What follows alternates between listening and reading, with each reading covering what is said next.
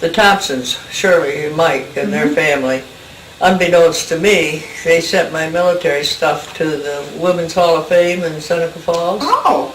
And I was accepted for the Wall of Fame. Oh, wonderful. Now, I did not know that. See, this is why it's interesting. Yeah, well, and I went over there, and she said, well, we're having an induction of women for the Hall of Fame. I don't know what, within the week, luncheon, and I said, who is going to be? And she showed me the list, and one of them was this Colonel Halloran, who took me to England.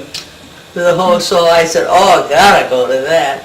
So I was in one of the churches there, and Colonel Halloran, we called her the little ma'am, because I think she stood on her tiptoes. She was only 5 foot, and when she was recognized and she got up and she said, people often ask me about my height, how I got in the service and so on. And she said, I spoke to this sergeant when I went to sign up, and he said, just what do you think you can do with, you're 5 foot or something? She said, young man, you don't have to be 6 foot tall to have a brain.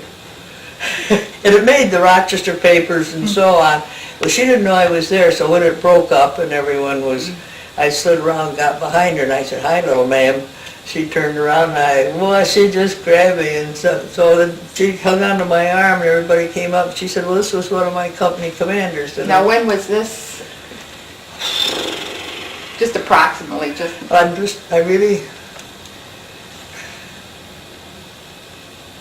oh boy, it was 70s, 80s or something like that. And, well, wait a minute, no, I thought I had it, but anyway. When Mike Thompson was superintendent? Yes. Okay. Yeah. And they sent all this info, and so, but I'm in the Wall of Fame, not the Hall of Fame, but Colonel Halloran was something else. She wouldn't let go of me, and everybody came up, she said, this is one of my company commanders. She was probably as happy to see you as you were to see her. So I stayed the whole time with her, and I think she's still alive, 90-something, down in Washington. Wow. She later became head of the Women's Army Corps, and I wanted to mention that, but the Thompsons, unbeknownst to me, and so I have this thing down in Florida at my wall. It's a plaque signed by General DeGaulle, and but I've been very fortunate my whole life. Had some physical problems and have them now, but so far, I just have been very blessed all through my life with. Well, you certainly have touched a lot of lives, looks like through the Air Force and also, I know, through the school. Yeah. Are there any kind of words of wisdom you'd like to leave with people? Just be kind to people. Recognize their needs, and if you can help them, do it. And it just, to me, that's what it's all about. And I guess maybe because I'm single and I have no family now,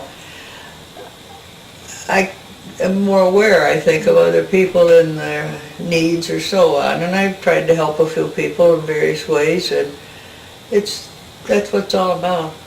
Well, Kurt, we thank you for taking the time to talk with us today. I love to hear your stories.